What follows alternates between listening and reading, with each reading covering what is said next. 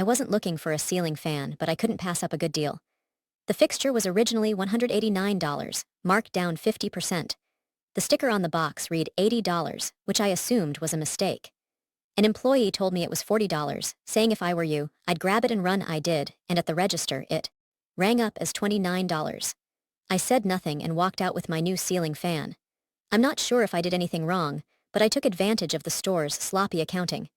I'm just happy with my new ceiling fan, and I couldn't believe the price I got it for.